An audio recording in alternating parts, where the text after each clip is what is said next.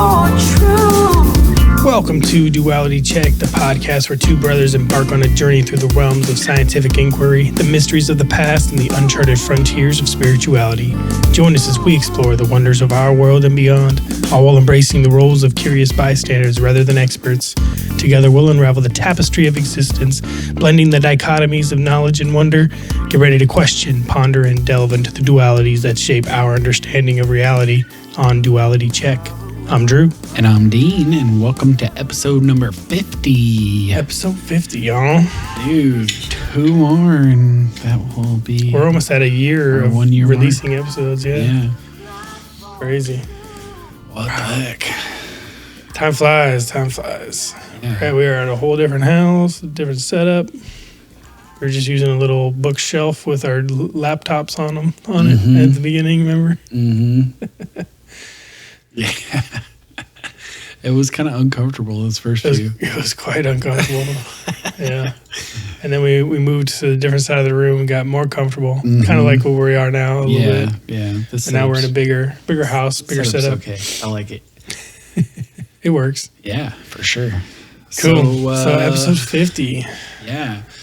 So this was Thanksgiving week, and I flubbed my show prep responsibilities.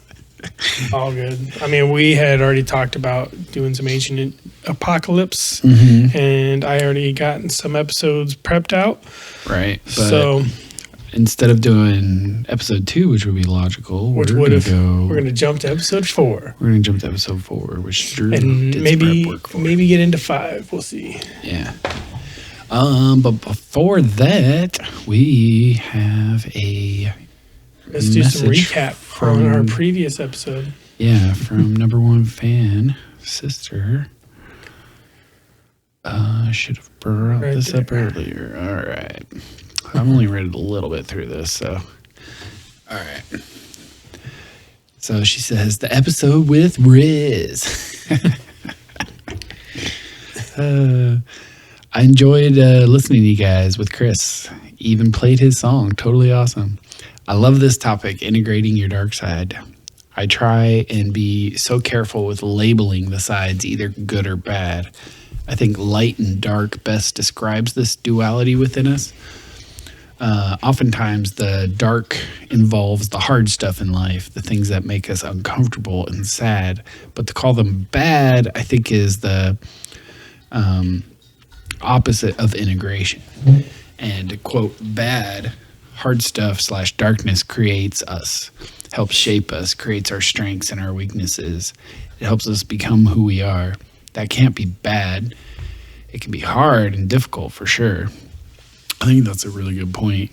Absolutely. Just like even the terms that you label it with. Yeah. I mean, it's kind of going to like a lot of what Bashar talks about, and like a lot of the idea of like your framing of what it is that you're experiencing means the most as to like what you're going to experience, you know? So if you frame everything in a bad way, you then are characterizing it as bad for yourself, whatever that might be. And that's just like we've talked about for everything else. Everybody's got a different definition for it. Right. Just like we might all see different colors and literally have completely different experiences of the world. Yeah. She says, I've included a couple art photos that fit with this subject. Which are awesome. Yeah, we're going to use these. Look at these real quick. Says, be grateful for triggers. They point where you are not free. It's a cool picture. Whoa. Yeah, I like that. And then this other one says, light must come from inside. You cannot ask the darkness to leave. You must turn on the light.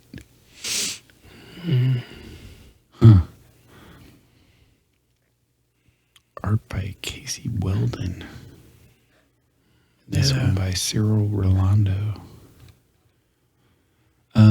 She says, and the talks about seeing things in others, photo for this. I think when we see in others bad or darkness, and we have a strong reaction to this, something just rubs us the wrong way about them or the situation, This is the signal from our soul that this is a trigger. For what reason is personal, and the point of exploring and integrating the darkness, to be curious and listen to these uncomfortable feelings and explore within yourself why this is such a trigger. Knowledge is power, right? Getting more information and exploring it enough to give it the attention it needs. Otherwise, it wouldn't be triggering you.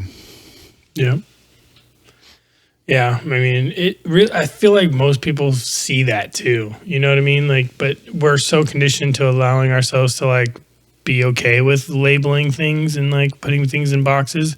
But I mean, at least I see it within myself. I won't speak for others, but I see within myself, like when you are able to rationalize a bad decision.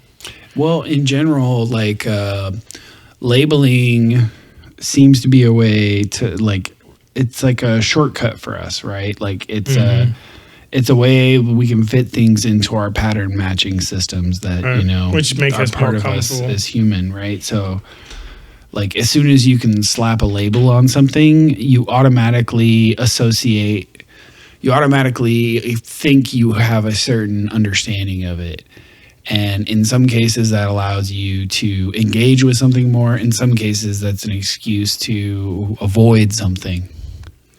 Sure. If you slap it on with some negative label, it's easy to be like, oh, I shouldn't stay concern away. myself with that, or just Right. stay away from that. Right. Gives you the reaction, yeah.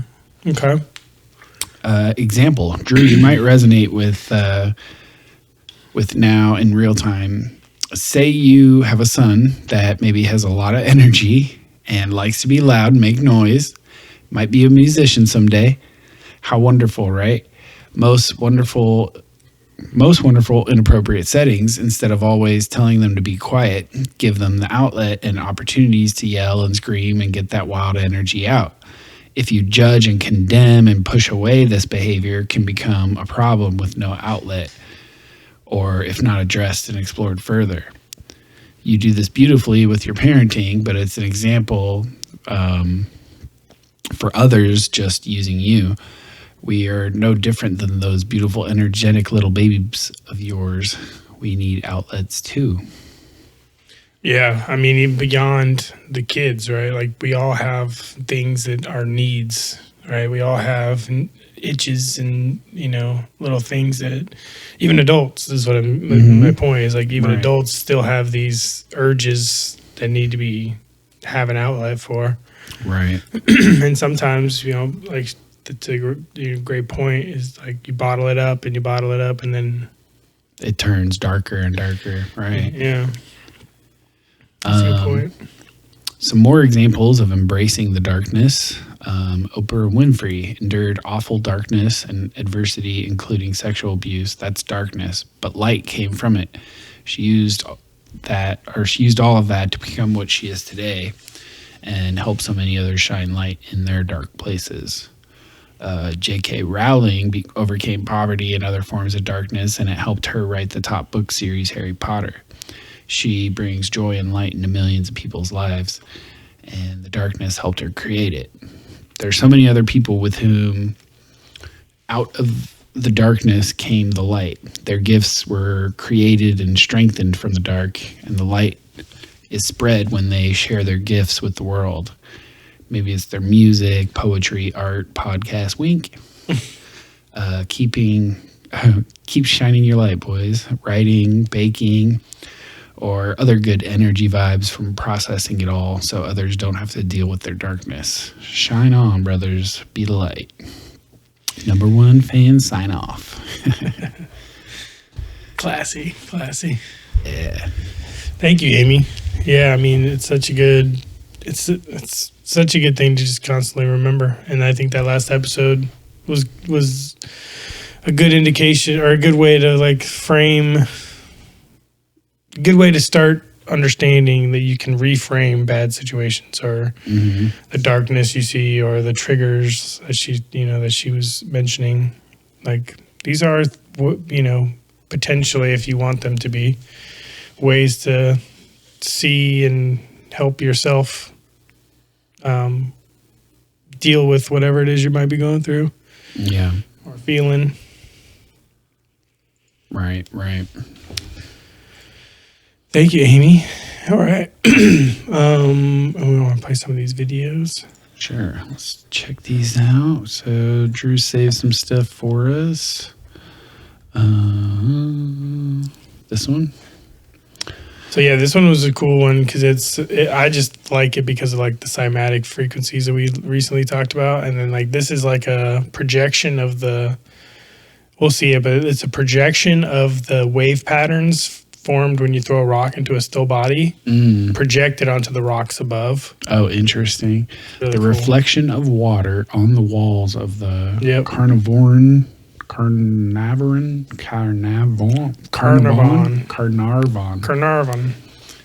Gorge in Australia. 20 times a try. All right. Let's see what this is got going on.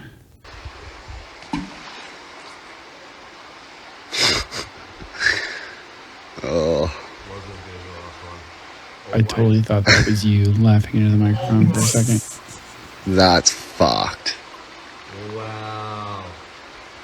How sick is that? That's really cool. Imagine lying under that after eating some magic mushrooms. I was just going to say, what are your over-under odds on these people being on mushrooms right now? Oh, I would not doubt That's it one bit. fucked. That guy is just, that's fucked. That makes That's really cool. so cool.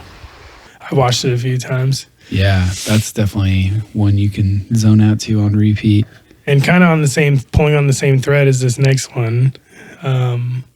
So this person, and I didn't do any digging. I just watched this and I wanted to talk about it because I still think the idea of it is cool and that I would love to dig into it, maybe find some more stuff on this. But this is somebody who took cymatic frequencies and made them in a three-dimensional plane. So like they use a three-dimensional space to have the patterns go through, and then they took cross sections of it, and then they laid them over each other with different colors for each of the layers. Huh. And then we'll watch it to All right. Yeah. see the reveal. You've got me intrigued. Nobody is ready for this one. This probably looks familiar. It probably looks like these cymatic patterns that I talk about all the fucking time.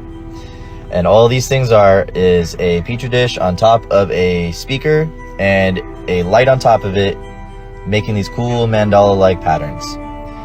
Now this man made one of them in a 3D design software and took cross sections of it and put different colors to those cross sections. So using a 3D cymatic pattern, this man was able to create a perfect image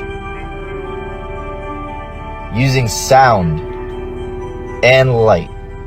I want you to sit and really think about this, because this is the code to reality. This is the PV code to the matrix, or whatever you want to call it. What the heck? This is how energy interacts with itself to create everything that you see. This is why cymatics and sound is so important. Vibration in general. It's all waves. And that's how we make sense of it. Huh. So he used the 3D software, and clearly he just, it wasn't random where the colors went. Yeah. Well, I wonder if this was some sort of reverse engineering. So, like, if you Right, see you these take it- three slides sit Right. next to each other, you can kind of You can see the make out kid's parts of them. face. And then even on the next one over, you see like the interior, like nose and eye. Yeah. Yeah. So I wonder if it was some sort of reverse engineering through like taking an image and then, I wonder how you would do the requisite math or whatever to design that in 3D though. That still seems The only pretty thing I could advanced. think of is like if they take the color palette right of the image and they deduce what the different colors would be like. I guess the colors aren't as, but you'd still need the patterns, what create the different patterns. Oh, dude, that's it. That would be very difficult. Either way you put it, right? Well, So, And like I was saying, I didn't do any diving into the truth of this, yeah, that's or how true it is that this is a. But anyway, what I did want to talk about on this one, yeah. So we'll definitely do that. But the theme of it, right? The idea of sound and light being what it is that create the atmosphere and like the kind of the building blocks of what it is that we experience on a day-to-day basis. Mm-hmm. So like that idea of like, was it matter before mind or mind before matter, like we had talked about way back with the Secret History of the World stuff, and like the lion, roaring life into existence using sound. Like there was matter, but the sound wave was what formed it into the shapes that it needed to be in. Yeah. To sustain life. I just think that idea is, and like science is, we're getting close. I mean, with these cymatic patterns, like it's so obvious that sound and like the different structures of the sound waves in these cymatic patterns is so interesting, and it says something about the makeup of and the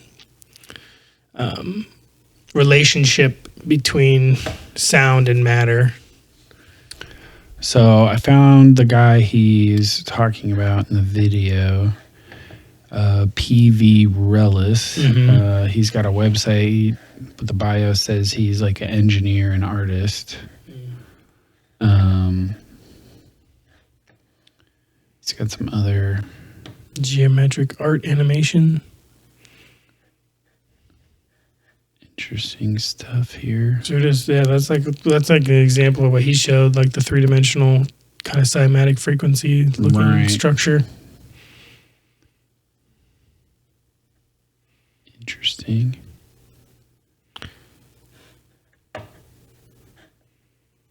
Yeah, anyway, I would want it to be. I would like to see if it was like truly cymatic frequencies he was using to create the 3-dimensional structure. Right. Because if it wasn't, then you could put anything. Like artist, he's not the first person to put a puzzle together. Right, exactly. It could just be some sort of really fancy puzzle where like he's essentially using really smart math to like calculate how you could create certain hues and lights. Use the additive and subtractive properties of light to take 3 layers that look totally different and combine them into one thing. Let's check his description of this video. I do like the premise. So this is what he says about it. He says, Heraclitus. This series of artwork is a tribute to Heraclitus, a Greek philosopher born 540 BCE. Only fragments of his work have survived. He's famously known in his doctrine, everything changes and nothing remains still. Central ideas of Heraclitus' philosophy are the unity of opposites and impermanence.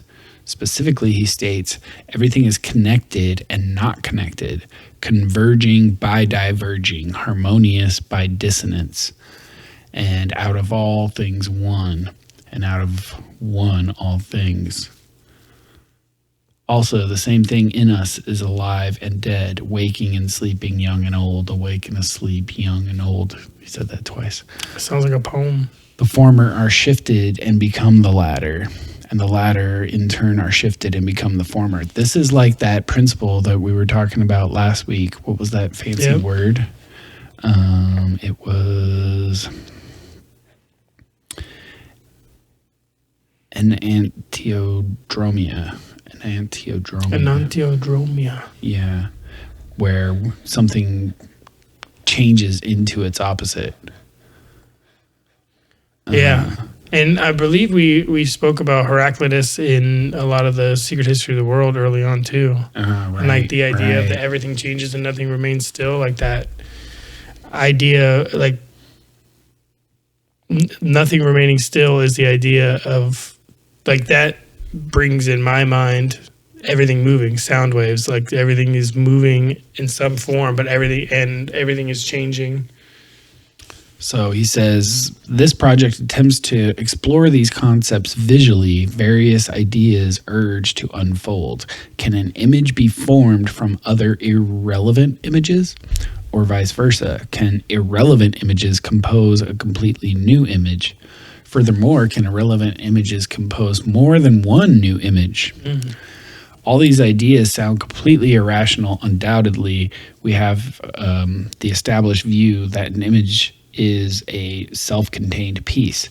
How else can it be, since an image contains visual information about a specific subject, a portrait of a person, an object, a landscape, and so on. Using an algorithm specifically developed for this purpose, it is possible to explore these groundbreaking visuals. The algorithm deconstructs the images into fragments that are subtly hidden into other images. Then, by blending them together, the hidden images are revealed. Okay. So it was a reverse kind of process. Yeah, I don't know that it's actually using cymatic techniques, even though it does. It's using look very geometric similar. art, but it's not using Right. cymatic frequencies necessary. Yeah. But I still, what the guy's point was in the video that we watched, at least what he was hoping was true, which is still his point, you know? Oh, he goes further in this. We only watched the first part of it. He says a portrait It of a baby turns, forms three images. Yeah. It forms from three images of geometric art. Yeah. A portrait of a child forms from three images of geometric art. Then a portrait of an old lady forms from the very same images when rotated. Mm-hmm. Portrait of a baby and a man. And an aged man formed by quartlets out of 6 images of geometric art. Wow. So he goes further in this. It looks like he changes it after that. So this is a different one now. Just music. Can see it coming together there. Whoa, that is really trippy though. It is. So cool. Huh.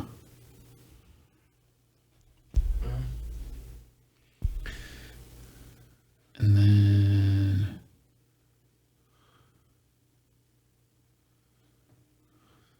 Did you do another one after that? no, I think he's going to take it apart and rotate them, and then they're going to come together to form a different image.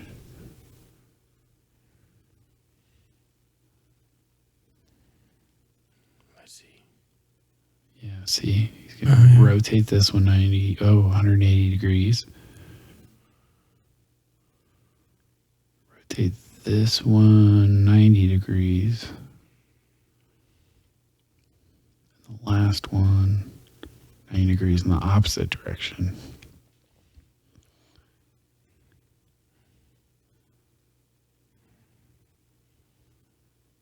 Wow.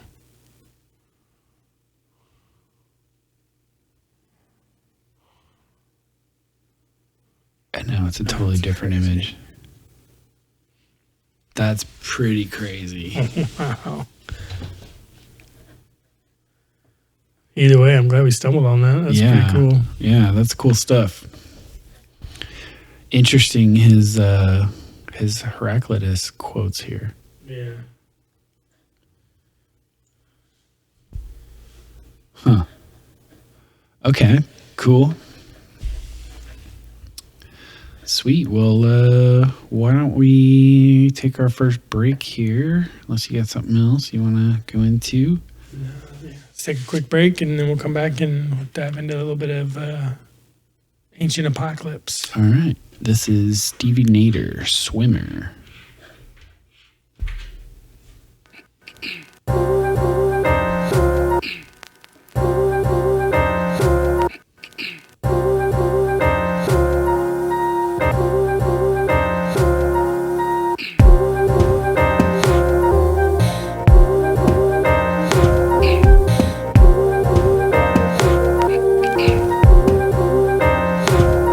When I was a young boy,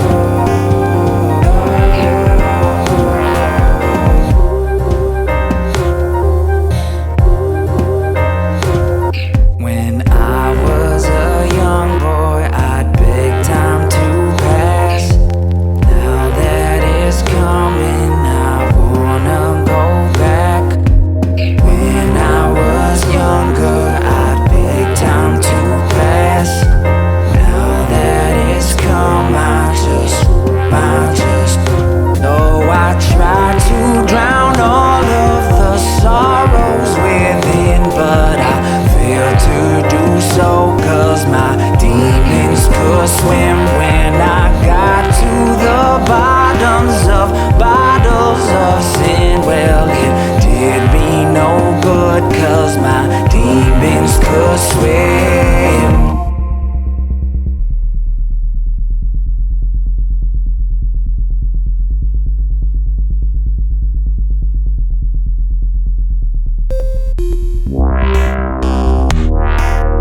Demons could swim, could swim, swim. Demons swim, swim. Demons swim, could swim, swim. Demons swim.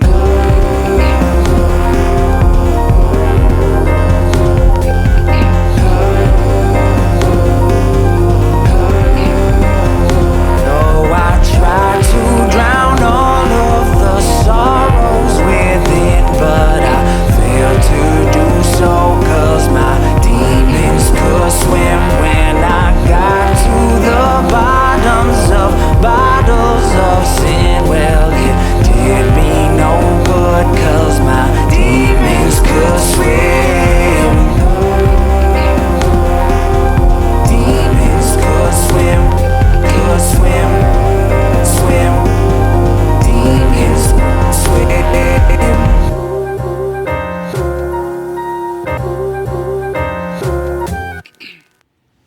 We should have had that song on last week. Yeah. We can go back. Re-release. Go back in time. Yeah. Did you see the Danny Jones episode that came out this week? I don't think I did. What was it about? It's this guy here. You remember the clip you shared about the guy with the laser? Is this him? No This way. is him. He's doing a whole episode. Oh, wow. I barely dug into it, but Danny, I think He saw our episode and wanted to go check it out. I think he gave Danny some DMT the night before they podcasted because really? Danny's talking about like his experience and Oh, stuff. really? And then Oh, wow. I haven't gotten past. Maybe I've did just he started do the getting thing past with that. him? The The laser thing? I don't know that he did because Danny didn't comment on that. But really? I what feel like I've you done would- so far, you he's kind of should like have. going through all the backstory that's like leading him up to the discovery of it. I gotcha. Okay. But I haven't like gotten into I the would meat of definitely them listen to that talking one about tonight. it. So yeah, I mean, I thought it was just like a funny little Instagram video, but like this guy's pretty serious about it. I guess he's like working on a documentary about Okay. it right now. Hey, I mean, this type of thing that could be a breakthrough or could find out that it was just people high staring at lasers. I may have to test this. Not that I have the ability to or anything, but I may have to Find a way. find a way to see if I can confirm. Well, and he also said it doesn't have to be DMT specifically either. Like it could be Right. psychedelics of any kind. Right. Which of course I don't have. No.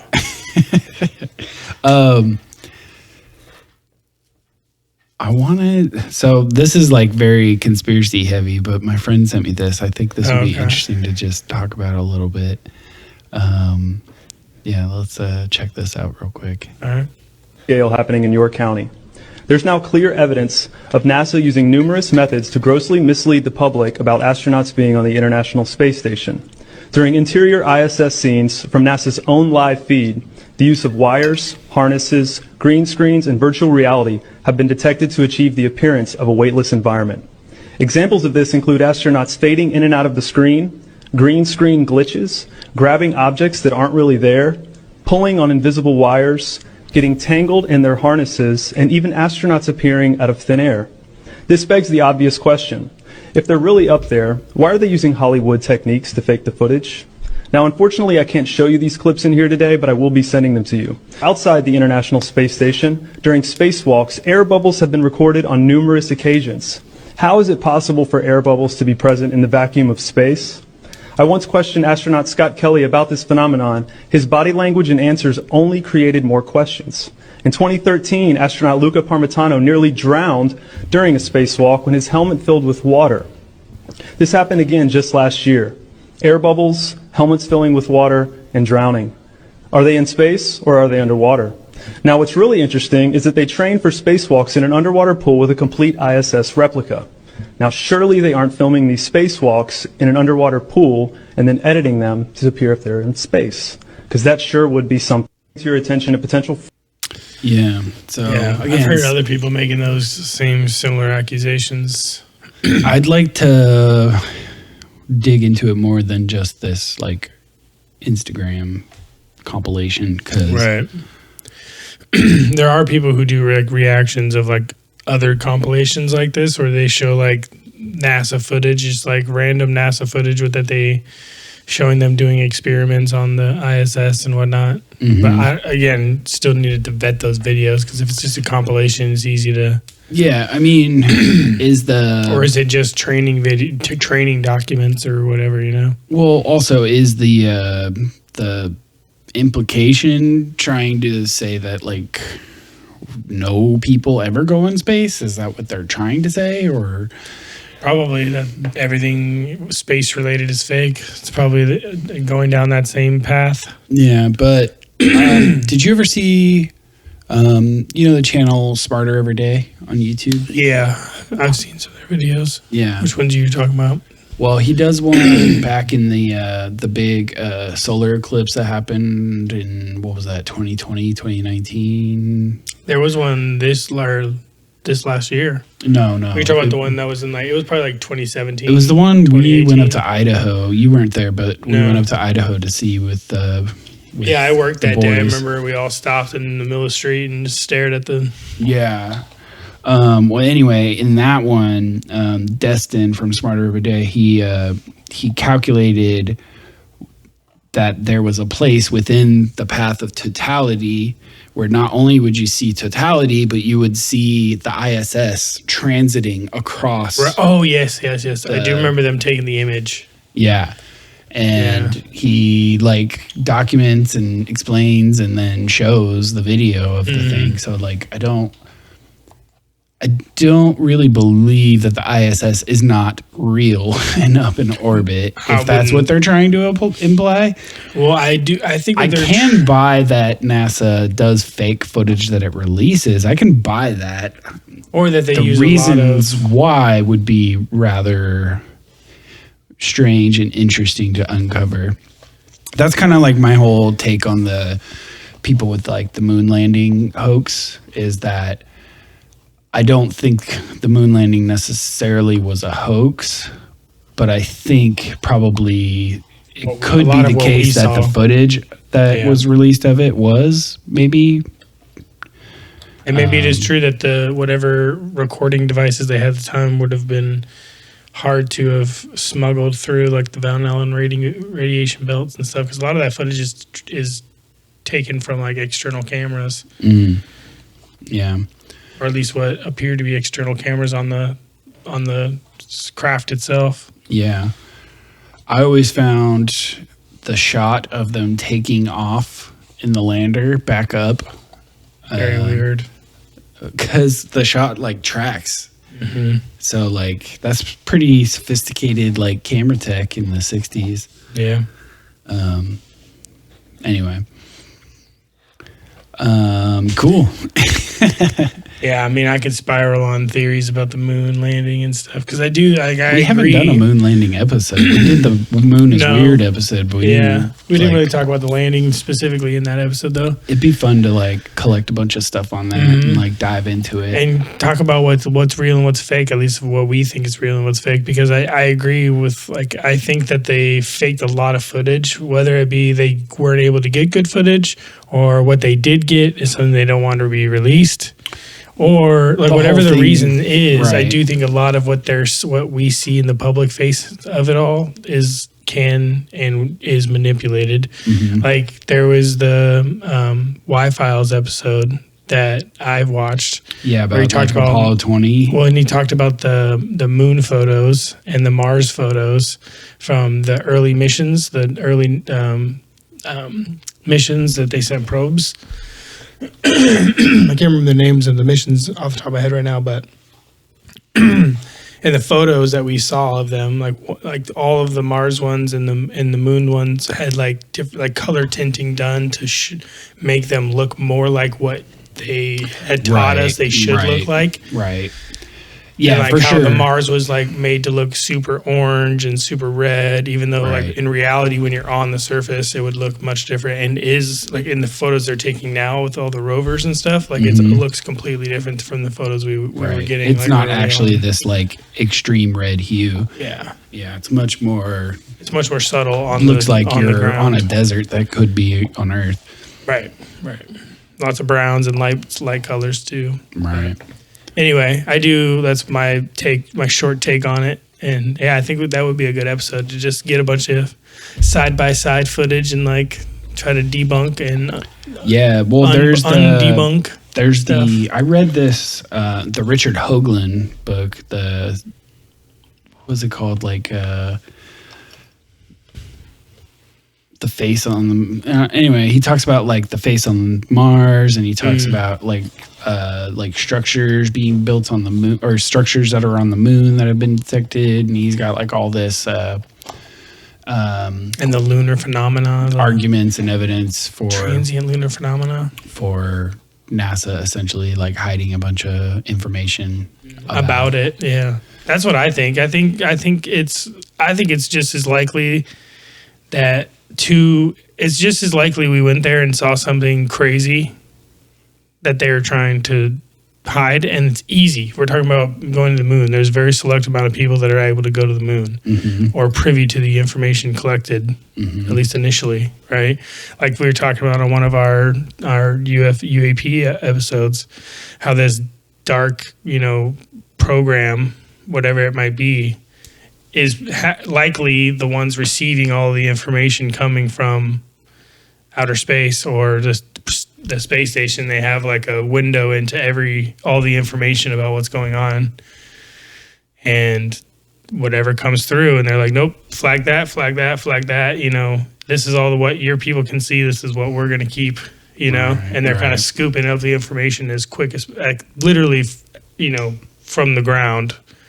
Like right when those things are taking place, potentially, is what's being accused, is them having that satellite. And like I just mentioned to you, SpaceX just launched a bunch of NRO equipment up into space in orbit, which is the National Reconnaissance Organization. National Reconnaissance Office. Yeah. Yep. One of the many 3-letter spy agencies. Yep. All right, well, shall we hop into some Graham? Yeah, so we're going to do part 2, episode 4. Part 2, episode 4. And, I'm not going to talk about every inch of this, obviously, like just kind of covering like the parts of it that I really find interesting. And I hadn't heard of this part in Kenko. It's like a pre-Incan society.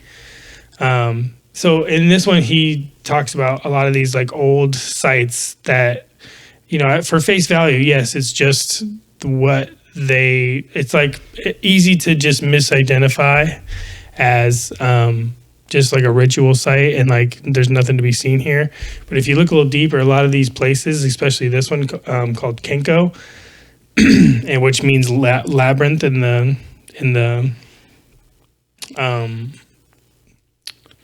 local language to us. Anyway, the translation is labyrinth. So, which is a very windy and oddly shaped tunnel, which I wrote here that it reminds me of like a back alley flea market. And if you want to look at these while we're going through, you can pull up my notes, Dean. The top one on my notes page. So as we scroll down a little bit, we see these images, and it's this long and like partially covered, partially open, like windy labyrinth tunnel. Oh, interesting. Yeah. And you can see how it's kind of been shaped over the years. And if you go down, you see like it goes into these underground like parts of it where there's these like altars or like tables almost set up, like carved out. Like this one to me reminded me of the back alley, like like a back alley market or like some sort of like secret hideout, like marketplace that's kind of dug in into a cave system. And it leads into this open area right here. So it comes to the that one right there. Oh, this is one of the areas in Peru. Yeah. And yeah, I remember this one. Site, yeah. And he talks about it leading to this stone and how this stone was likely the marker that they all gathered in. And it's interesting because all of the entrances are kind of similar to this place. Like they're all like these windy labyrinth-like tunnels are going, in and out of the rock face and stuff. Mm-hmm. And it leads to this site in the middle, this like monument rock. And he kind of compares it to like how Machu Picchu is in Peru, and that place was Kenko, and how they're all kind of similar. Should we let's play a little bit from that part? Somewhere around. Yeah. Name translates to labyrinth, and as I begin to explore, I can see why. One undertakes a journey to get into the heart of it, a winding pathway that leads you through it and causes you to reflect inwardly. Kenko is ultimately a place where the individual finds him or herself alone, surrounded by the mysterious, mystical atmosphere, surrounded by silence.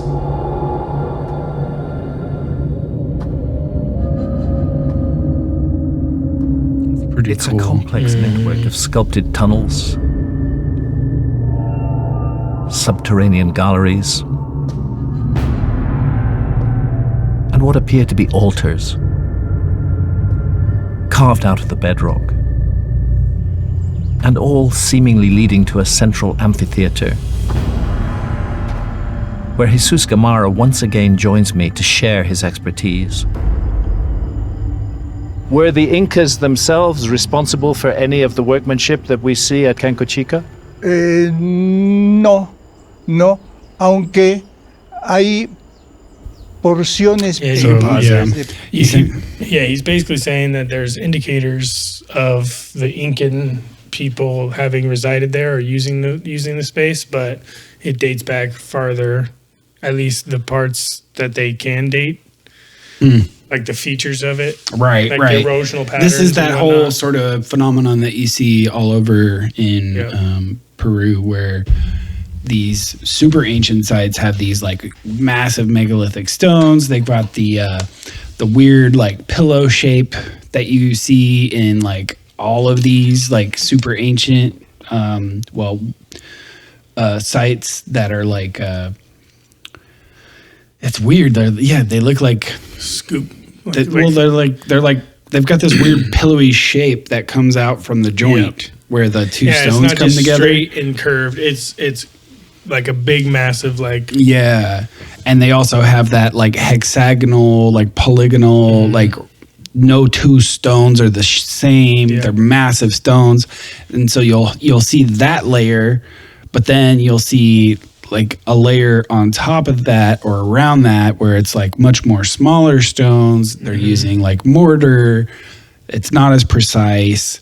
Well, and even in this place, it's all carved out of the bedrock. Like everything that you saw there. Oh, right. At this site was all carved out of the bedrock. So these are like, what are they using? Like the point of this part here is like, what are they doing at that stage in our technology? Are they using to flatten these stones so perfectly and create these edges, but at the same time leave like these billowy, like soft round edges on certain parts and whatnot. And that reminds me of the like Barabar caves. Yeah, and that like, and the crazy like alignments and stuff. Alignments and like the perfect like leveled surfaces and like just the idea of carving a cave out of stone is pretty nuts. So if we go to 645, jump ahead a bit, and Jean-Pierre de Jong, who was another researcher there in that area, he takes Graham to a place called Chicana Chica. It's a tunnel, another tunnel.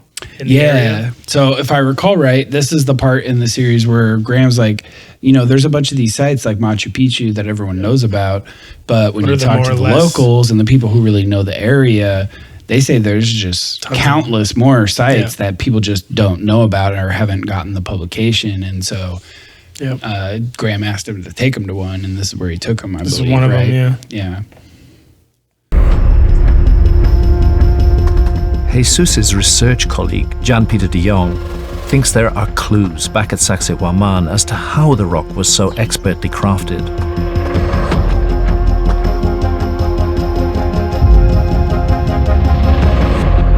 Yeah, this one's cool. Yeah, and you've just brought me to this very narrow tunnel with very shiny sides. What's the name of this place? They call it here the Chincana Chica. It means the place where one gets lost. We're looking at natural bedrock here, but clearly the tunnel is the result of human workmanship. Is that characteristic of the oldest style of construction here, that they work with the natural bedrock and shape it? Yes, one of the characteristics of Hananpacha style is that the stone is modified with like a mold technology. You can see that they have been working with the stone as if it was soft. Yes. Because all kinds of things were pressed into the rock. So when you say mold technology, you mean the softening of the stone and then pressing down the shape into the stone? We think that the stones were soft at the moment of construction. But how were they made soft? Jan believes the walls of this tunnel are the key to the mystery. So inside of this tunnel, we can see a lot of reflection. I see it shining like a metallic sheen. If you touch it, it's very smooth. We think that it's been treated with heat, and this heat caused like a layer on the stone, and that's why it's this shiny. Geologists call this effect vitrification. Any idea how much heat would be involved? And vitrification, it means turned to glass, and that means that we need like 1,400 degrees Celsius. Which is a colossal amount of heat. Yes, of course we don't know how they did it, but we know that they did it. Yeah. Pause that there. Huh. Yeah, I've heard a lot of people like are proponents of the, like, they call it the like geopolymer theory or whatever, like the idea of like softening the stones somehow, yeah. Which sort of goes hand in hand with the like Egyptian scoop marks, right? Like what I'm really imagining, and maybe not like this one was obviously some sort of heat source that created this, but like a lot like the other ones where you see it's literally like they just took a scoop out of it, like an ice cream scoop.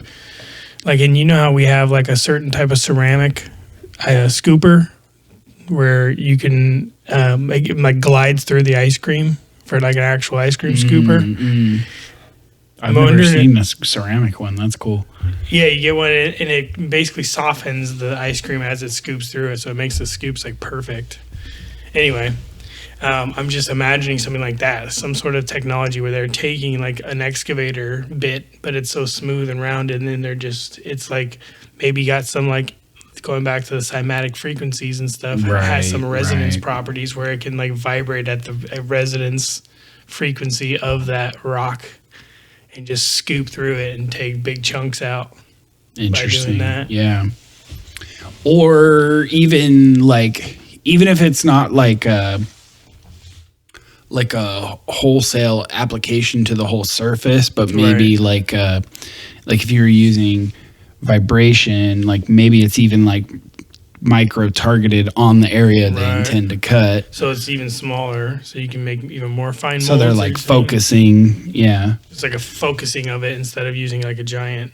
Yeah, I see what you're saying. Right, because like just the acoustic properties, that's what's weird to me. Like the acoustic properties, like if you were going to use acoustics to modify stone, to whether making it softer or whether moving it. Yeah, like just the sheer amplitude of those like pressure waves you would need, which is what sound is, you would blow out anyone's ears nearby. Like it's just incredible volume you would need.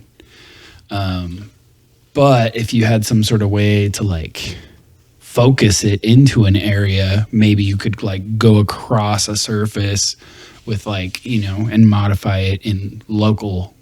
Well, what if you do like a vibrational thing, like what I'm thinking of is like you make the thing vibrate, whatever your tool is, vibrate to the frequency of the rock, so it can move through it as if it's nothing there, cutting it free. I just instead of using sound itself. Yeah. But I guess it would still be loud probably. Well, in some way. Yeah. I just don't know that that's how that works, but maybe that's because no one does that work. I don't know. That's what I'm imagining, that's when sort I of see the those kind of whole skew like marks. idea that like Graham talks about, where like maybe the way they were advanced was different than us. Like if you think of a video game, some advanced RPG or something, where there's this whole tech tree and you have to unlock a certain thing to start building into a certain tech tree. And, you know, after a certain time, you're so invested in that side of the tech tree that it doesn't make sense to like switch over to a new one. In a similar way, like humans could have, you know, gone down a different branch of a tech tree that doesn't lead down combustion engines and whatnot. Yeah. And Or it could be possible that it's something beyond where we're at, where you end up. Or if you take Rizwan Verk's approach and you can run the simulation multiple times, maybe all we're seeing are the remnants of a completely different universe being run. It's a used server that a new game is being played on, and you see remnants of the old game still on there. Yeah. And that's why we have no concept of what it is that they could have been possibly doing, because it was just a completely different server. Or what if they're different rules? You start to integrate the other sorts of topics we talk about here, like the UFO topic, and you could do the whole ancient aliens, it was aliens, but remember all the depth of the alien topic we've covered so far, and like the idea that aliens are just extraterrestrials from a different planet in our galaxy seems convenient compared to some of the other possibilities. So like if the crypto terrestrials or the extra tempestrials or whatever ideas were more accurate, then maybe it was this pre-flood society that is the source of this sort of UFO tech. Right. And maybe it's that same sort of UFO tech. So think about it. The crafts are always talking about going through like multimedia, and even through like solid ground. And some of them say that like there are. I'll have to find the book. I'll link it. There's a book that's just called like Journeys Aboard UFOs or something like that. It's a collection of people, of experiencers who these stories are collected because they have stories from within the craft. Some of them have memories. Some of them have stories of like being allowed to pilot it and whatnot. And they say that they can just fly through solid earth. They don't have any. So if you have that sort of technology, boundaries. Imagine if you could miniaturize it into some sort of tool that can like dig That's into. what I'm saying, dude. Yeah. And I don't think that would necessarily be vibration per se anymore, but more like Still technology, whatever the tool and technology is that they were using. Yeah. I'm thinking of the vibrational because I think that's kind of where a lot of this talk goes is like vibrational. Right. Like they use like sound and this and that, and they have all these geometries, and it's more of like it's our way of thinking about what it could have been, but it's not the reality of it, obviously. Right. But yeah, no, I agree. It could be like some super, and that, I mean, we'll see when they give us those holographic discs with our entire history on it. Yeah. Maybe that's that these UFOs are actually extraterrestrials or extratemporal, or I just find building out of stone, and especially building into solid bedrock, to be way more advanced than anything we're doing. because yeah, I mean they're taking on the hardest thing they could be doing, really. Well, and it's such a, in certain ways, it's such an upgrade because you are so insulated from what's happening outside. You're able to hide from all of the calamity that could be going on. It's a perfect protection from the elements in like really extreme cases too. So maybe all this types of stuff is also part of survival strategies for back during the deluge. These are all like different versions of the arcs. And Some of the them being technology, boats, some of them yes, just being underground shelters. And you got to remember too, like when we're talking about when we were talking about the secret history of the world stuff, and how like a lot of these old religions and old philosophies had to go underground for a long time. Places like this where they have these hidden passageways or hidden tunnels that like lead you down, and especially that one we just saw, that was the one that we're looking at now.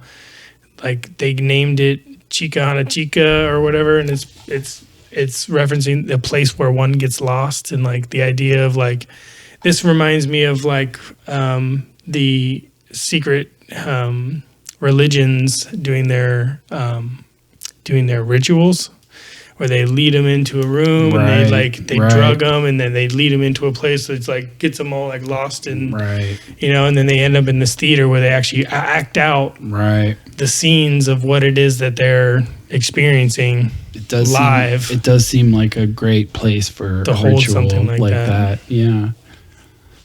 I think that's fascinating, whether that was the intended purpose from whatever it was built originally, or if it was just they knew that site held some sort of energy from a previous knowledge. So that's where those places kind of gathered, those secret societies and secret schools, secret mystery schools. Yeah, the mystery schools. That's what I was reaching for. Anyway, you can play that for a little bit longer, and it goes on a bit. Okay, let's keep going. When you look at it closely, you have to ask yourself, is that heat source the explanation for the peculiar melted together appearance of the gigantic megaliths of Sacsayhuaman?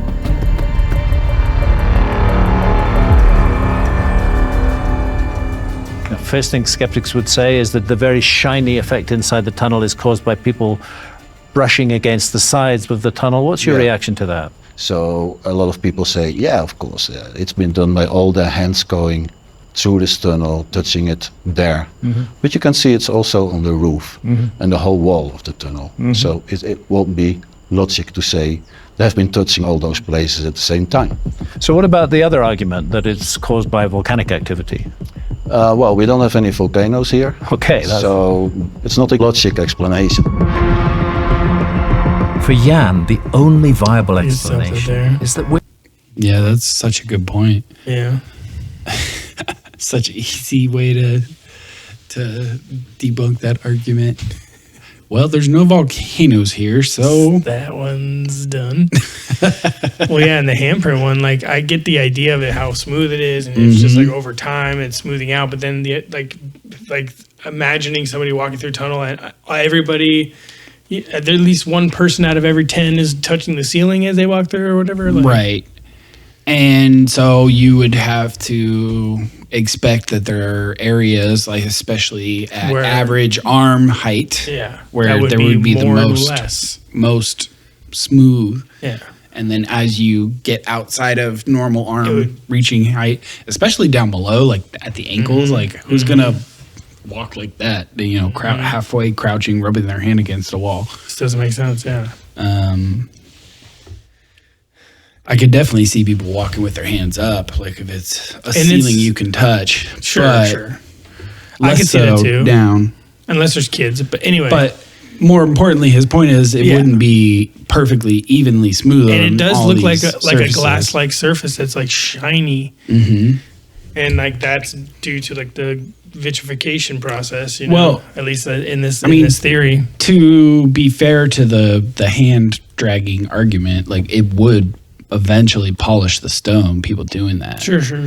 And that would make it shiny, but... Yeah, and it does, like they do at least give that lip service, at least by giving that as an option, but it does seem hard to imagine that being so uniform. Mm-hmm. Unless at one point somebody's like, maybe we should just start touching the parts that haven't been touched and mold it all out. And then again, over time, it just became a thing. I don't know. That's a cool sight. All right, let's take another break. We're at an hour here. Cool. We'll come back and we'll talk about Viracocha. Ooh, yeah. Myth of Viracocha. This is TJ McNulty, Uncanny Potential. Enjoy. Yeah, and this episode is the one that he gets into a bit.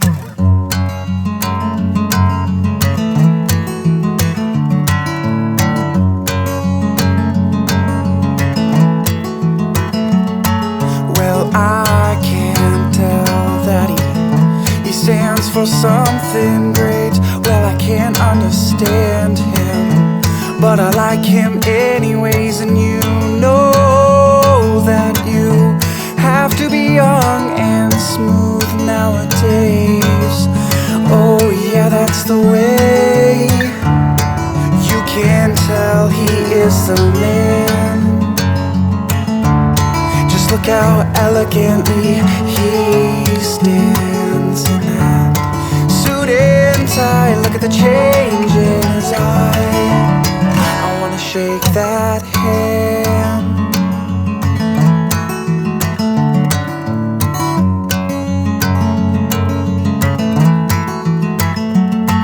Well, I can't tell because it all sounds the same to me. Well, you call me ignorant, saying dark's the only reason I see. Well, you know that 82 of us, we feel the same. Oh yeah, 82 of us say it's time for a change. Well, my priest even says he is the man. When churches stay separate, but yet we don't understand. 'Cause suit and tie, oh, it's got me mesmerized. He's gonna change this land. He's gonna change me.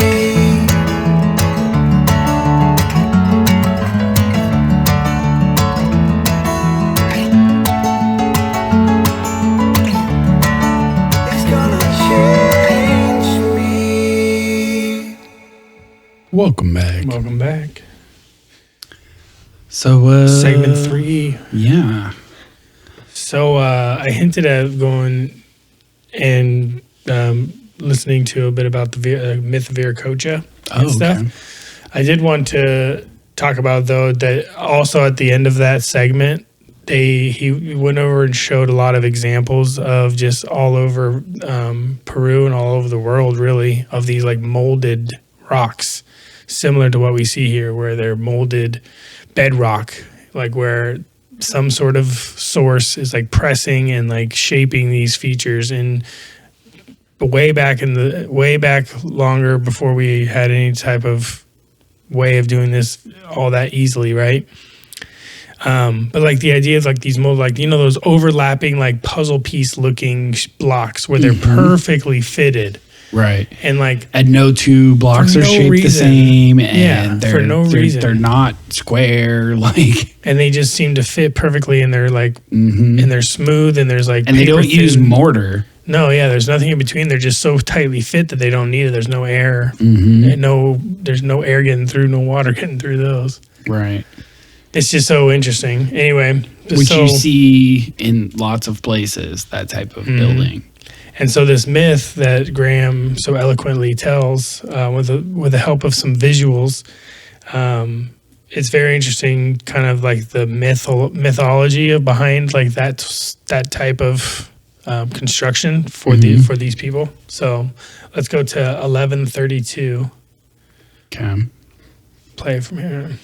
At certain points, we have to just accept that we are looking at an impossible engineering task, impossible in our terms. It requires of us to be more open-minded in our view of the ancients than we presently are. According to local traditions recorded by the Spanish conquistadors, the advanced techniques of working with stone were part of a legacy of knowledge passed down by the creator god of the Andes, Viracocha, who would cause stones to be consumed by fire, making large blocks as light as feathers that could be floated into place. Which sounds a lot like the extreme heat theory. That's why I'm interested in indigenous traditions that do speak of the stones being melted or molded together. Let's keep our ears and eyes open to such possibilities. This evidence of unexplainable technology. Yeah, that's interesting. Huh. I get written into their tales. Yeah. Going all the way back to their creator god, who was this mythological god, demigod, type. So with this heat theory, I feel like this should be testable scientifically, because isn't there, like, if we have a term like vitrification, that must mean that the structural makeup of the stone is somehow scientifically testable or verifiable, right? To have been changed. Yeah, like it's he said the term means to like become glass, like, right? So that should be testable, and I wonder. Well, I mean, it's like when lightning hits sand, right? That's vitrification, you know. Right, but I where I'm getting with this is, shouldn't you be able to test by drilling through one of these stones how deep that vitrification goes? Would that tell you how long it's been happening though? Is like would be my question then. Well, what I wonder is if they're using these giant polygonal blocks that are perfectly fit, are these things, were they heated so much that they were heated all the way through, or were they just heated at the surface to make them malleable? I guess it would be dependent. Because are these polygonal stones even vitrified? I know in the cave example he was talking about, he was claiming that it was. Yeah, there's a lot of questions there that I would want to know more answers to. Yeah, what is the relationship? Because at least if you are going off, if you're going to take any type of direction based off the myth, right, of Viracocha, like he's setting these stones on fire, which is another way of saying using energy, right? That could be passed down as like it's some sort of energy source that's moving these, because it also said that it made the stones light as air, and were able to be floated into place. Which sounds like technological, like we were talking or magical, even to me. Yeah, I mean, like if you have a sufficiently advanced enough society that has technologies that you couldn't imagine or can't place in your brain, you know, that's magic in my eyes. Well, but anyway, like the idea of there being some sort of technology that can make it lighter than air to be moved. In that same process, you probably have full control over it. And if you're able to make it lighter, you're probably able to shape it. And so maybe it was just showing off, right? It's like kids molding sand blocks. And if they have every ability to make it whatever shape they want, why not just be creative with it? Right. Why not make these weird shaped blocks that fit in such a weird pattern? And yeah, it's almost like a way of showing off. The only way it makes sense to me that you would build that way is if it's basically trivial. Yeah, exactly.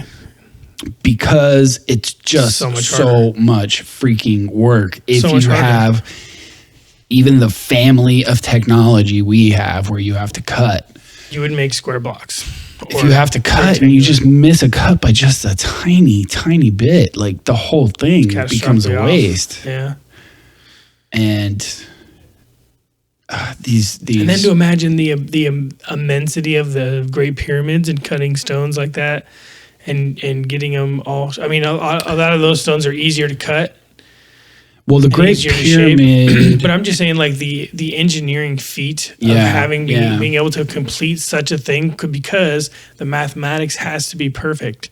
You have to be so right on, unless you put the stones in a pile and you're able to just be like, boom, do you remember with whatever technology they had, Kyle, they could just, it's Russ there. Yeah, you remember Russ and Kyle's presentation at the Cosmic Summit and how they sort of talked about this concept.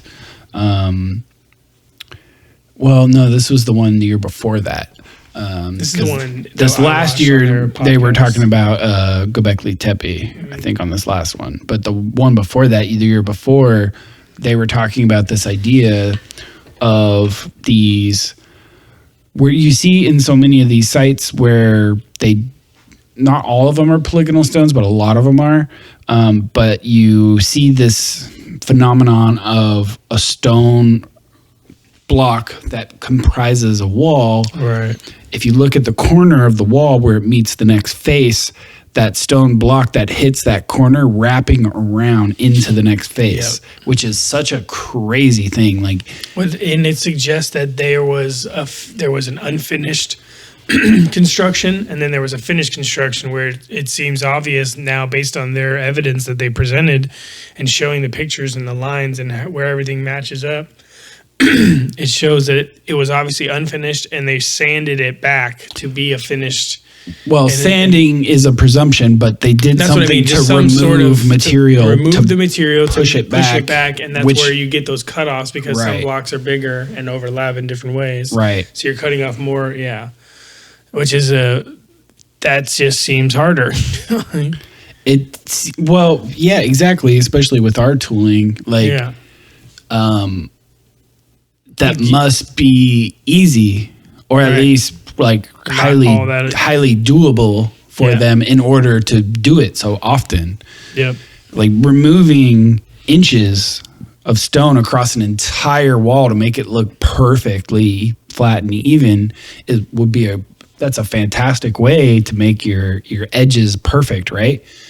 And that way the stones in transit to the site don't need to be fully finished. You can you can give the final finish on site and then surface it at the end to take a Yep. few inches off Because they know to it's really gonna make it perfect. Because they know it's going to get banged up on the trip.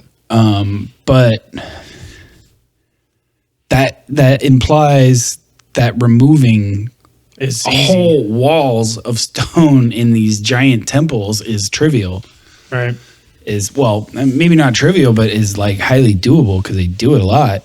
Well, and another thing that struck me is a lot of the times you see at these sites, like not a ton of debris from when the finished material, right? All the stuff Right. coming off. Right. Like they clearly had a lot of planning going into these things in order to like excavate all of the work that they're having to do. Like if they're shaving off, if you're thinking about just a human shape, like sanding, like what we would assume that they would have had to have done if they were of the technology we thought they were of, right?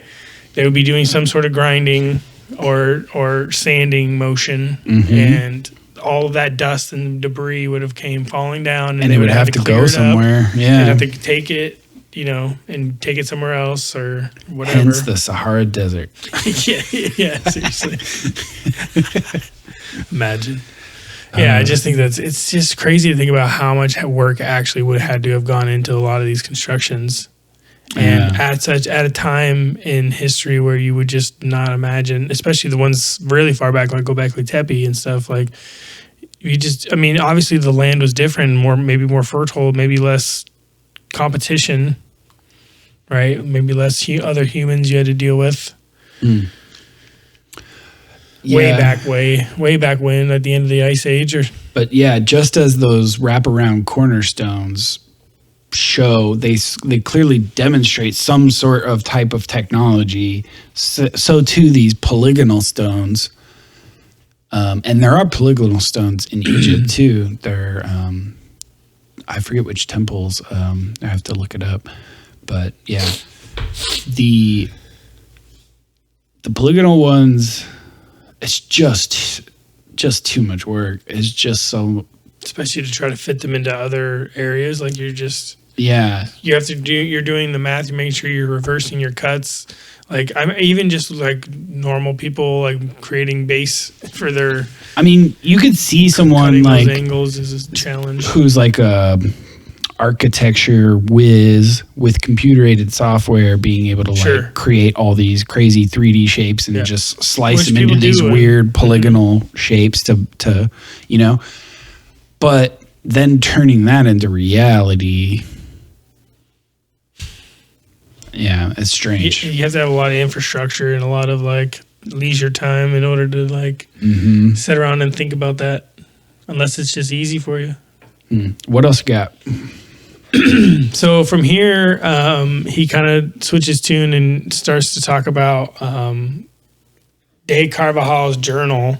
Oh, yeah. And Francisco de Orellano's expedition down the Amazon River, which we covered in more detail than what we're going to do here. Yeah. But in episode 7, we talked about the Amazon. Right. And so Graham also mentions it here as just like more evidence of like, especially with seeing all this workmanship of these pre-Incan societies in Peru. He talks about how likely he's making a argument of how likely it is that this account from this journal found or whatever, or kept over years, of a journey down the Amazon River and seeing these great cities and these flourishing and like seeing all these like the ability to build that they did have, like could have sustained life in that area. And so, yeah, he starts off kind of showing the expedition and like so we'll go to 1356. Okay. Start here.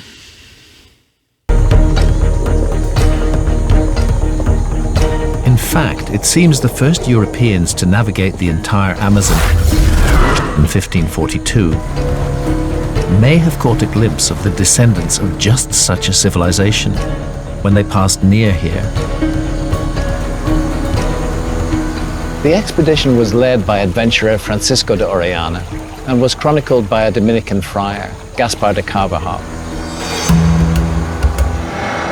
De Carvajal's journal didn't talk of the endless, seemingly uninhabited forest we see today. The cleric described the Amazon basin as teeming with cities, inhabited by highly skilled peoples. One settlement, he wrote, stretched unbroken for around 13 miles. That's the length of Manhattan Island. But when European missionaries arrived about a century later, they saw no such cities. So historians dismissed de Carvajal's account as a fiction, concocted to impress the Spanish crown, so they'd fund more such expeditions. But as the endless jungle starts to give up its secrets, it's beginning to look like those reports were true all along. Recent discoveries in the Amazon. So yeah, this is when he gets into a lot of those geometric, like we talked about in the first episode. All the LiDAR scans of showing stuff deep in the Amazon. Yeah, and not too far off of the pathways, like these roadways and riverways that zigzag through. And yeah, I mean, you can imagine going down the Amazon with all of these actually fully erected, cities or whatever, buildings along and inland. Imagine what that would be like. Like you thought this place was just going to be empty. Right. You're seeing all these like massive cities. I mean, it sounded incredible from when we covered it, They talked of pottery that rivaled the stuff back at home in Spain. They talked of just gigantic. They talked of gold. They, that was why he was so excited to make it through, is because he thought he found the gold. And then, of course, the Amazons. The Amazons, yeah. Fascinating. Yeah, so you guys should go check out our episode on that. But I think it was interesting just showing the what it may have looked like, right? Like, and actually what we're going to go to next is what they do a graphical reconstruction of an area like we did in the last one. Cool. So you can see what one of these geographical sites, what do they call them? Geoglyphs? The geoglyphs, yeah. One of these like geoglyphs come to life. And so we'll see that. Go to 1601. Okay. Describe these settlements. Based on the data and our knowledge of existing Amazonian villages, researchers have a good idea of what one of those settlements known as Kotoka might have looked like. The city was almost a mile wide, an entire metropolis, surrounded by canals and causeways. Some led inwards to raised terraces, perhaps for individual dwellings. And at the heart of the city lay a towering pyramid mound, likely a ceremonial center. What's more, this city appeared to be connected to at least 3 similar settlements by raised roads stretching for miles. We don't know much about the people who lived in this city. What we do know, hidden beneath the jungle canopy, is that there are more cities. Many. Many more. Many more. Dude, those are cool recreations. I know. That's Cool awesome. looking. It looks like a scene from Age of Empires. I mean, yeah, if you were crossing down the Amazon and you saw something like that, that would take you back. Yeah. And you see how sophisticated they are and how like they have like aqueduct like little channels running around and pooling water and all this stuff. And of course, if your home is in the Amazon, what is going to be your main building material? It's going to be wood. Yeah. It's going to be trees. It's going to be wood. But and what we also see and what we're going to go into even more here is like the he talks about it a bit, I think, in this one, the Terra Preta and how they were actually using the technology to not only did they probably clear some of these areas for their living with clearing the trees and stuff, but then they were able to plant and like grow specific types of trees with these Terra Preta, and they were like domesticating trees even way back then. Right. It's crazy. So yeah, he just shows a lot of these connections between the cities and the Amazon, and like how ridiculous it is that they're saying that these were hunter-gatherers, specifically hunter-gatherers. And and then they also there's another myth of the Tucano people of the Amazon. So let's go to 1856, and this is kind of their origin myth of being come up in the Amazon. Okay. In a myth of the Western Amazon from the Tucano people. The Tucano have an origin story about how their ancestors were first brought to that area as a part of a civilizing mission in a serpent canoe that travels the length of the Amazon system. So the legend goes, this anaconda canoe was helmed by a spirit being and set down a cargo of human migrants. Soon after, the divine daughter of the sun came to earth, bearing the gifts of fire and tools, as well as knowledge of arts and crafts. She and her supernatural associates prepared the land for humans to thrive. before returning to their otherworldly abodes. This sounds to me so much like the civilizing hero stories that are told all around the world that I feel it's very much part of the same pattern. These themes keep on cropping up. A spirit being who arrived by boat, much like Quetzalcoatl did in Aztec lore, or Hotomatua when he landed on Rapa Nui, or Viracocha, who appeared from the waters of Lake Titicaca after a time of chaos.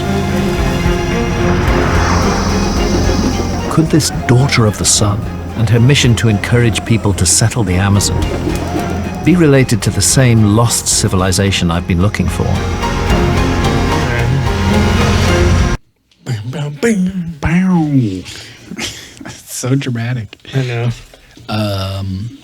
Yeah, it's an interesting origin story for the Chicano people. Mm-hmm. It all kind of rhymes.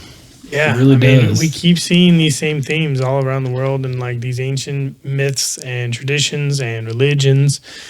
And they all have these similar stories going back to the end of the Ice Age, where there's a deluge that wipes clean a large portion of the earth, and people from all over the world are made to restart their civilizations. So they thought, because they weren't in contact with each other supposedly, right? And probably weren't. These were their connections, right? These people showing up on shore to help them get back to where they were before. Just like we are today, living on Earth with hunter-gatherers that we verify, like these people are mostly uncontacted. If something was to happen and a major calamity happened on the Earth, and the only types of people, at least some types of people that were able to survive, were people who knew how to live off the land. Like, same idea. Right? Same idea. We coming from civilization, at least some of us, not everybody, obviously, not me, knowing how to, restart civilization, at least give the tools in order to restart it eventually. It's kind of circling back. So like some sort of cycle. It makes sense.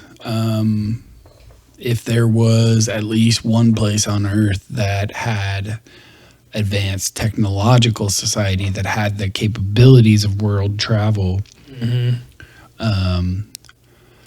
or if there's some sort of breakaway civilization.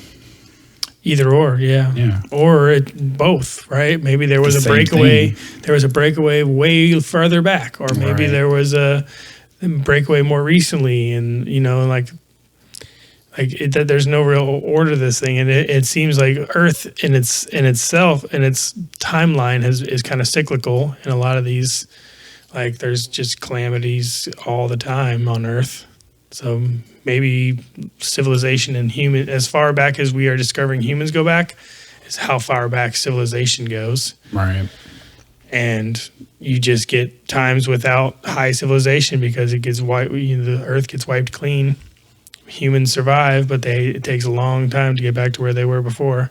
And sometimes some of those myths and traditions survive, and sometimes not. Right. Huh. Do we want to take another break, or how close are you to? That's basically, he goes into, so he was setting up some talks about like their technologies. If we want to just real quick cover this last bit. Yeah, let's do that. He goes into a bit of the ayahuasca talk. Ooh. And we can riff off that for a bit, and then we'll probably just end this one a little early today. Okay. So if you go to 3339, let that run a bit. Okay, here we go. De la Amazonía. As research progresses, the evidence is building that ayahuasca can have health benefits. When brewed, the vine alone has powerful healing properties, thanks to a molecule it contains known to science as harmine. There have been studies suggesting neurogenesis. That the harmine will be producing new neurons, even new beta cells for the pancreas, and perhaps new cells also for the ligaments and so on. The harmine in the vine might be a medical miracle, but it doesn't produce a visionary state. That only happens when it's combined with the leaves of certain other plants indigenous to the Amazon, like this one called chaliponga, which contains the psychoactive chemical at the heart of ayahuasca, DMT, short for dimethyltryptamine. DMT is considered one of the most potent psychedelics, but scientific studies have now confirmed it is non-addictive and can have therapeutic properties when administered in controlled doses and circumstances. We're discovering that when accompanied by talking therapy as well, can be extremely helpful in bringing to an end long-term intractable conditions. But there's just one problem. DMT isn't orally active because enzymes in the gut normally destroy it on contact. It's precisely here that the shamanistic science of the Amazon comes in with a remarkable solution. So what happens is that the harmine in the vine will block the destruction of DMT in the gut, so that the DMT will cross the blood-brain barrier, go into receptors in the brain. That is what produces the visions, the DMT. We can pause it there. Yeah. Dude, just to think that they had discovered this way back then. Right, and to that's understand that you need amine oxidase inhibitor. Yeah, an MAO inhibitor. Yeah. Monoamine oxidase. Yeah, I think something like that. Yeah. Inhibitor. Like obviously and maybe they did, but they obviously didn't know like but they did know when they combined these two that they got some sort of effect. Whether that was trial and error, but like you talking about like taking the bark of one tree and like mixing it with the leaves of another, like in a and then place, creating an entire culture around it where Right, your but- shamans are able to and in a place where there are just countless species. So how do you find those two? And Graham makes that point all the time. Yeah. Like, how do you pick out of the thousands and thousands of species around you these two, which individually have no effect, but only when put together do they have this effect? So how do you come across that? right. And he talks about like, talking to the shamans, and the shamans say, well, the plants tell us. Yeah, they have a connection to the earth, and where they're getting there's some sort of download going on, and we know that plants and fungi specifically too, like are much more connected and interconnected than we ever thought. Right. So there's a whole maybe some sort of communication going on a different substrate than the one we're all operating on. And then there's the section in here where they talk about the Terra Preta, which is another evidence of advanced civilization. Yeah, it's the same idea of trying to put all these different all these different processes and biology together in one little thing and package it so that it can basically transform soil into fertile ground. Right. And if you don't recall our talk on Terra Preta from the 7th episode, this is this soil that is so full of like microbes and organisms that it's self-sustaining, and you never have to fallow a field and that is, fertilized with Terra Preta because it regenerates itself. Yeah. Whereas our current Western farming techniques with chemicals and pesticides and all this stuff, it degenerates the land. And if you keep growing the same crop in the same place, you're going to kill the soil. Yeah. Whereas you take this Terra Preta into those same areas and it can transform whole ecosystems. And they found this stuff all over the Amazon all over, which means, a transmission of technology. Yeah. And then what was the other, the other bit that they go into is the species of trees, there's this weird phenomena in the Amazon where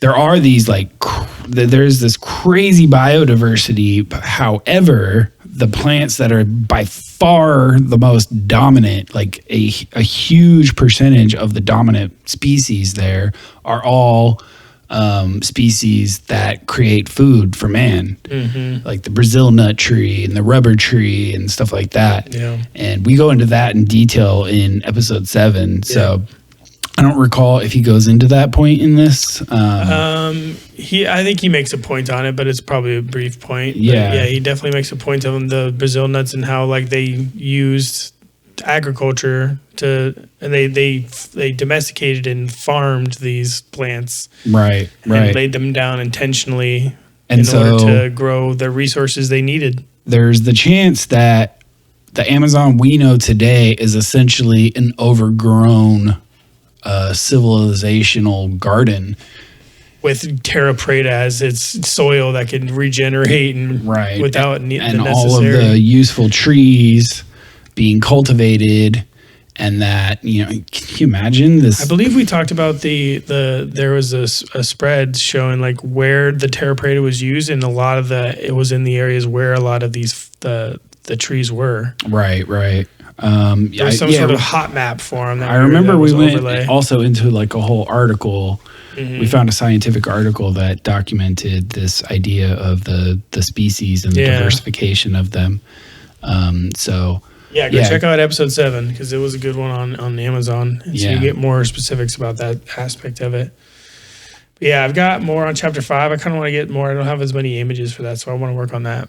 Okay, cool. A bit more. So let's end this one a bit shorter than usual, but sweet. Let's do that. That was it for part 2 of Ancient Apocalypse, but part 4 of Ancient Apocalypse. Chapter 4. I'm probably just going to call it part 4, and then we'll release part 2 and part 3 later.